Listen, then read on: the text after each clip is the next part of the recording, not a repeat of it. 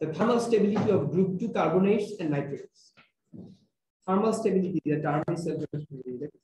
Thermal মানে hit দিলে stability or stability কতটুকু ঠিক থাকবে হিট দিয়া ওকে ও বেশি স্টেবল মানে কি হিট দিতেছি কিন্তু ও ভাঙতেছে না তাহলে থার্মাল স্টেবিলিটি তাহলে ওইটাই আমরা বের করতে চাইতেছি group 2 carbonates group 2 magnesium carbonate beryllium নিয়ে তো আমরা কথা বলি না because it is poisonous right আর ল্যাবে ইউজও করি না so magnesium carbonate calcium strontium barium radium carbonates and nitrates ওদেরকে হিট দিলে ওরা কতটুকু হিট উইথস্ট্যান্ড করতে পারে বা কতটুকু হিট দেওয়ার পর ওরা ভাঙে ডিকম্পোজিশন টেম্পারেচার এটাও বের করতে পারি so same thing magnesium carbonate দেখো as we go down the group কি হইতেছে thermal stability increases কারণ কি বেশি এনার্জি লাগতেছে ওদেরকে ভাঙতে right enthalpy change of reaction বাড়তেছে ডিকম্পোজিশন টেম্পারেচার বাড়তেছে রাইট আচ্ছা we can explain this trend using the ideas about এটা হচ্ছে আমাদের ওকে বুঝলাম as we go down the group thermal stability increases খুব সিম্পল ভাবে যদি বলো কার্বনেট তো সেম আছে নাইট্রেটও সেম আছে রাইট কি চেঞ্জ হইতেছে শুধু ক্যাটায়নটা চেঞ্জ হইতেছে রাইট তাহলে ক্যাটায়নের সাইজ যত বাড়তেছে cations are not being able to polarise the carbonate anion properly so যদি ডিস্টোর্ট করতে না পারে ভাঙবে কেন হ্যাঁ so as we go down the group the distortion capacity or polarization power of the cation decreases so carbonate will not be distorted easily so it will not be broken down that is the মানে এটা হচ্ছে তোমার দেখি এটা মাথায় আসা হচ্ছে যে ব্যাপারটা মানে এটা হচ্ছে কারণ ইয়ে তো তোমার সেম চার্জ তো সেম ক্যাটায়ন গুলো সবগুলো গ্রুপ 2 তাহলে এই হচ্ছে ঘটনা এটাই বলছে the carbonate ion has a relatively large ionic radius so it is easily polarized by small highly charged cation the group 2 cations increase in ionic radius down the group the smaller ionic radius of the cation smaller the ionic radius better is the polarization power so carbonate ion will be easily polarized and distorted thereby it will be broken down but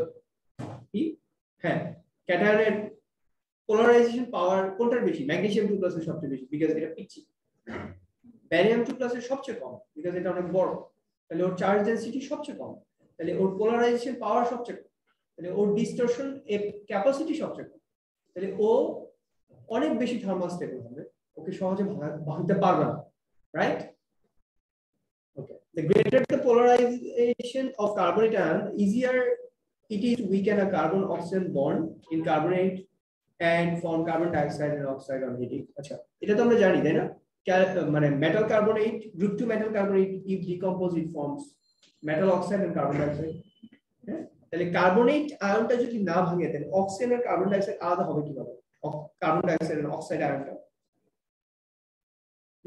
ডিস্টোর্ট হতে হবে so that is the এই question এইটুকু same নাইট্রেটও same নাইট্রেটও same একই explanation same explanation আর এইটা ভুলে যায় আমরা এটা তো বলে দিছো কোর্স হয়ে যাবে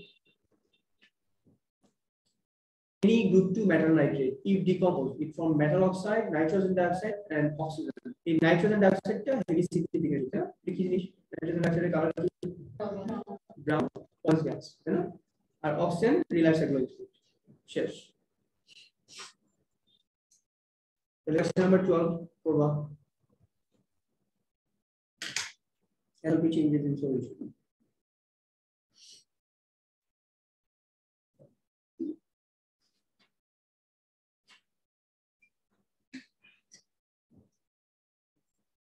আবার ডেফিনিশনটা ফার্স্টে মেমোরাইজ করা লাগবে standard enthalpy change of solution it is the energy absorbed or released when 1 mole of ionic dissolves 1 mole of an ionic solid dissolves in sufficient water to form a very dilute solution or আমরা sometimes এই জায়গাটাতে এইভাবে বলি to form a very dilute না বলে এই কথাটা আমরা বলি infinitely dilute solution মনে আছে তাহলে কোথা কোথা এটা ASH infinitely dilute কোনটা কিন্তু এই জিনিসটা absorbed or released মানে enthalpy change of solution এটা is solution can be positive can be negative depends ionic compound টা কি ওটার উপর ডিপেন্ড করতেছে যেটা কি পজিটিভ হবে নাকি নেগেটিভ, ঠিক আছে? ক্লিয়ার? আবার দেখি, the standard enthalpy change of solution is the energy absorbed or released when 1 mole of ionic solid dissolves in sufficient water to form an infinitely dilute solution or to form a very dilute solution. এটা মানে কি infinitely dilute solution? মানে আমি এটা ধরো ভ্যালুটা exothermic বা endothermic whatever the thing is, infinitely dilute solution মানে এত বেশি ওয়াটার এটাতে আছে, মানে সলভেন্ট দেয়া আছে, যে আরো যদি আমি বেশি করে সলভেন্ট অ্যাড করি তাহলে এই ডেল্টা এইচ এর ভ্যালুটার কোনো চেঞ্জ আসতেছে না, মানে নতুন করে কোনো আয়ন ডাইপোল ইন্টারঅ্যাকশন তৈরি হইতেছে না। কারণ এই আয়নিক সলিড যেটা ধরো সোডিয়াম ক্লোরাইড, এটাকে যখন তুমি ওয়াটারে ডিসলভ করবা, হোয়াট উইল হ্যাপেন? সোডিয়াম আয়নের চারদিকে ওয়াটারগুলা আয়ন ডাইপোল ইন্টারঅ্যাকশন দিয়ে কানেক্টেড হয়ে যাবে, তাই না? হ্যাঁ, তাহলে ওই ওয়াটারগুলোর তো একটা স্পেসিফিক নাম্বারস আছে, এর বেশি ওয়াটার সোডিয়াম আয়নের চারদিকে আসতে হবে, আছে না?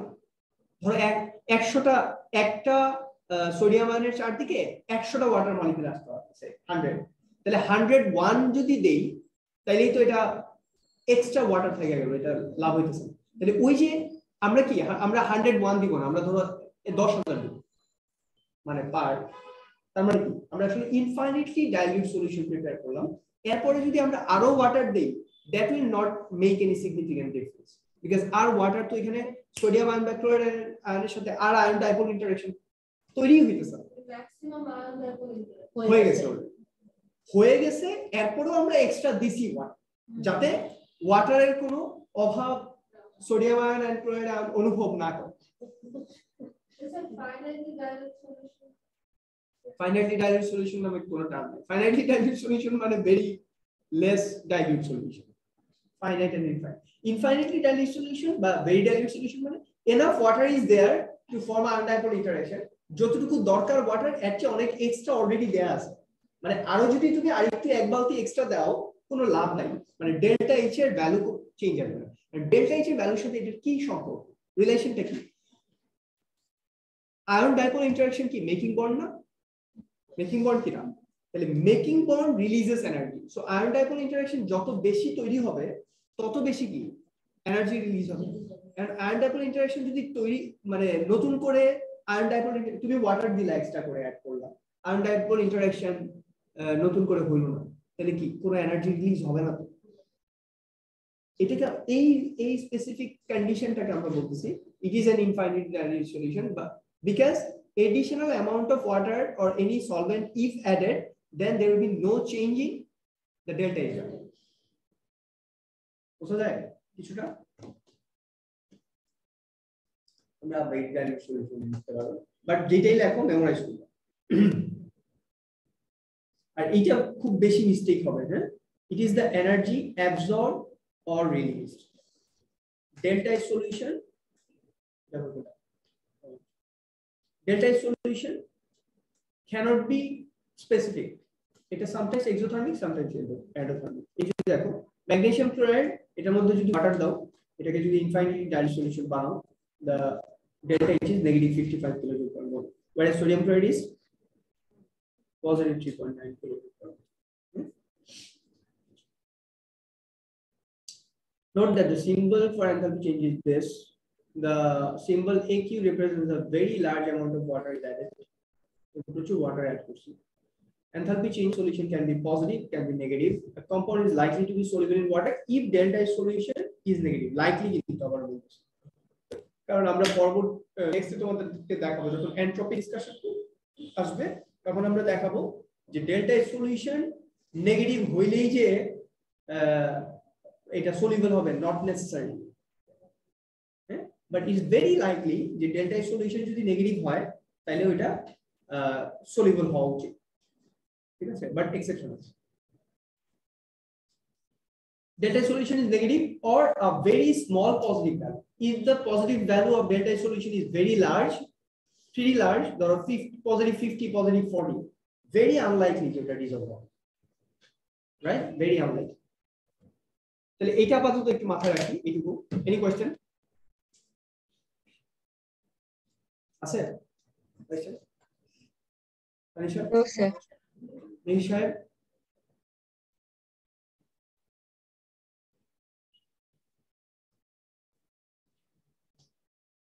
তাহলে 13A B এগুলো করবা।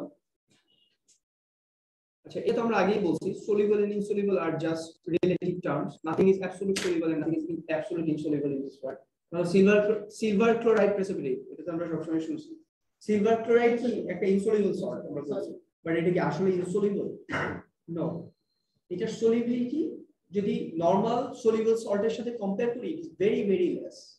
ধরো সোডিয়াম ক্লোরাইডের সলিবিলিটি হচ্ছে 36 গ্রাম পার 100 গ্রাম ওয়াটার, আর সিলভার ক্লোরাইডের সলিবিলিটি হচ্ছে 0.001 গ্রাম পার 100 গ্রাম ওয়াটার। এর জন্য আমরা এটাকে ইনসলিবল করি। এটা এতই কম সলিবল যেটা very insignificant, but soluble and insoluble are relative term.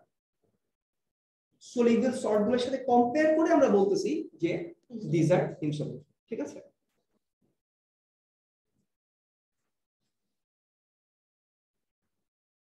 এগুলো কি করা হবে? এগুলো তো করে আসছো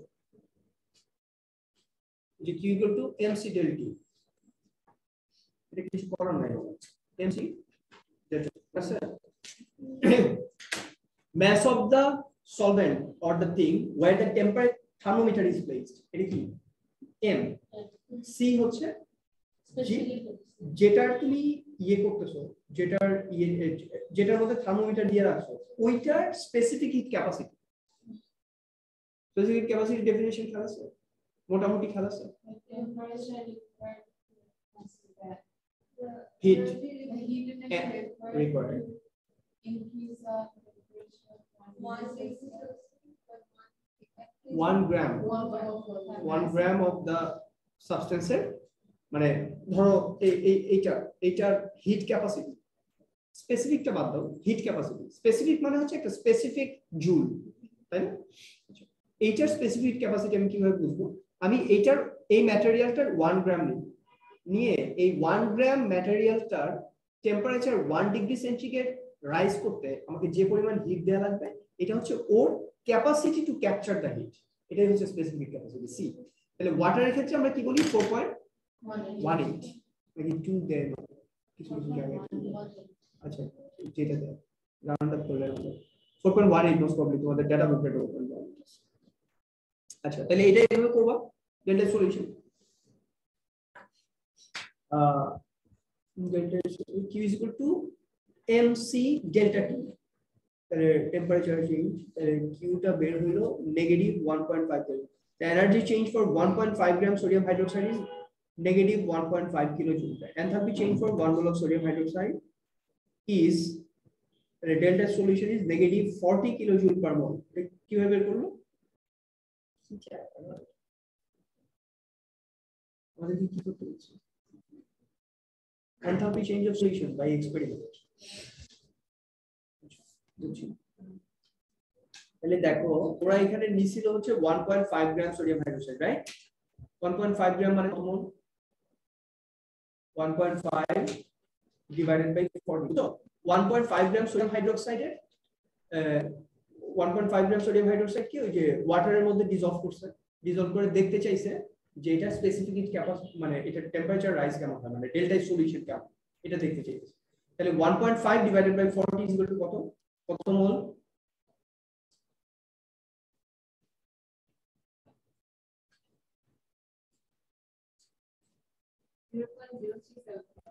0.0375। তাহলে দেখো 0.0375 মোল আমাকে এনার্জি প্রোডিউস করছে এক্সপেরিমেন্ট করে। আমরা যে q * mc del t করলাম নেগেটিভ 1.5, 1 মোল কত?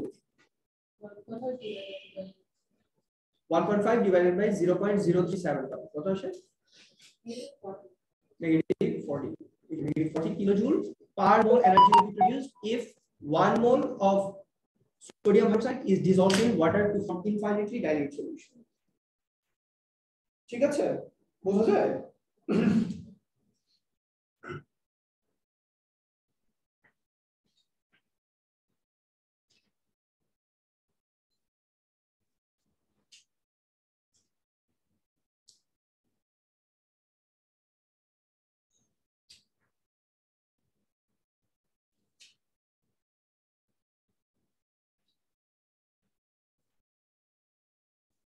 আমার কাজ কিন্তু 100% আন্ডারস্ট্যান্ডিং দেয়া, আমার কাজ কিন্তু পড়া দেয়া না।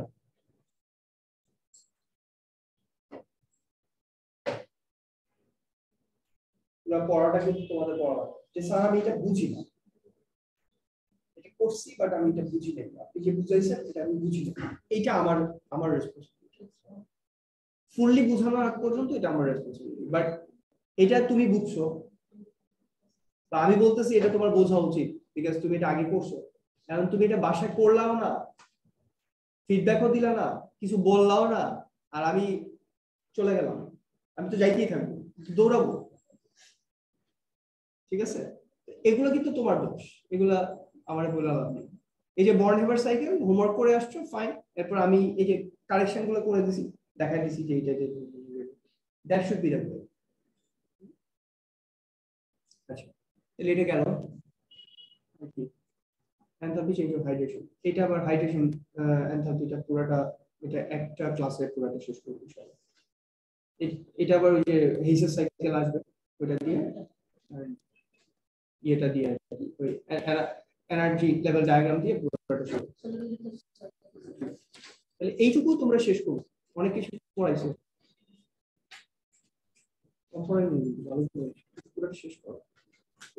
হ্যাঁ এনথালপি চেঞ্জ অফ হাইড্রেশন এটা ধরবা না, এখান থেকে আমরা নেক্সট ক্লাসে স্টার্ট করব, বাকিটা শেষ করব। কি করে আসলে আমাদের কি ঈদের আগে ক্লাস হবে? আজকে লাস্ট, হ্যাঁ তোমাদের আজকে লাস্ট ক্লাস, থার্সডেতে ক্লাস আছে আমাদের। Next class next week. Next week মানে তোমাদের কি স্যাটারডে, মানে এই স্যাটারডে পরের স্যাটারডে ক্লাস আছে। তিনটা ক্লাস ছুটি পাবো, আর স্যাটারডে ক্লাস রেকর্ডিং হবে, সবাই ক্লাস জয়েন করতে। Thank you for today. Nabila ওই যে আমি আপলোড করছি, আমি দিয়ে দিব, তোমরা চেক করো। Yes, sir. লাস্ট ক্লাস আসসালামু আলাইকুম। ওয়ালাইকুম আসসালাম।